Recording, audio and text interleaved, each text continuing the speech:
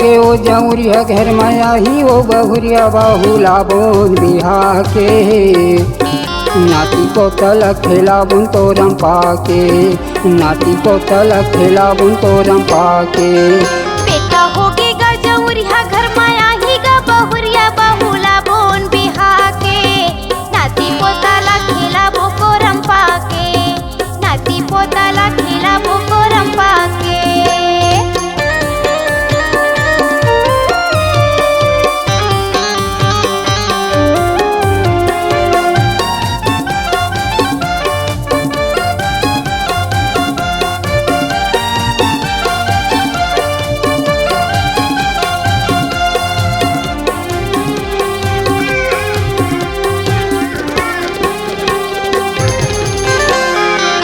चिहो रोवा थावे घर महलैका घर मालैका गा घर मालैका घर मालैका गा घर मालैका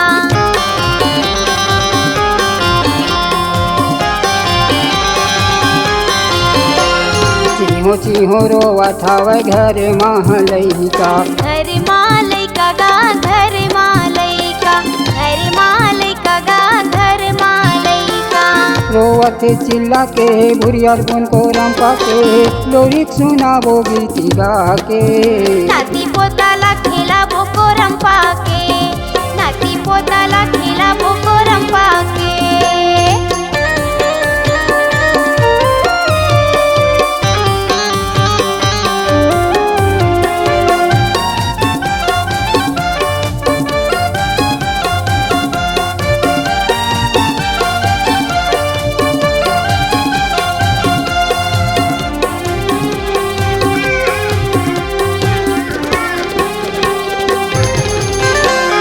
दादी दादा कही के हमल पुकारा थे हमला पुकारा थे गा हमला पुकारा थे हमला पुकारा थे गा हमला पुकारा थे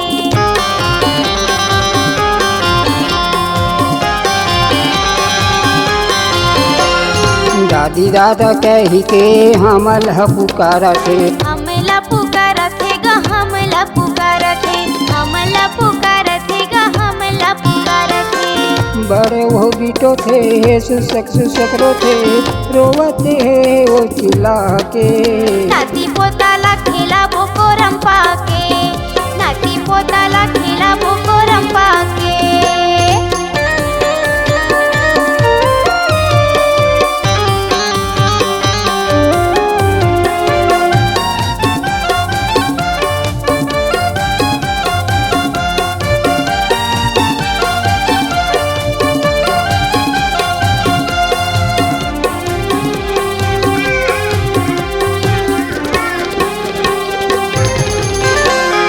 गजब पदो थे वो हमरो नाती नतुरा हमरो नाती नौतेरा गा हमरो नाती नौतेरा हमरो नाती नौतेरा गा हमरो नाती नौतेरा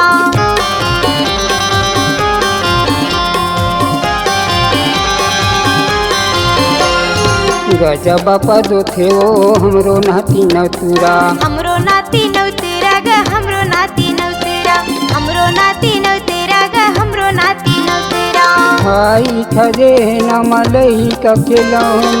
खेलाबो भुरियार के नाती पोताला खेलाबो कोरम पाके नाती पोताला खेलाबो कोरम पाके बेटा हो गे ओ जौरिया घर में आई ओ बहुरिया बाहुला बोन बिहा के नाती पोताला खेलाबो कोरम पाके नाती को तलक खेलाबुन तोरम पाके नाती पोताला खेलाबो कोरम पाके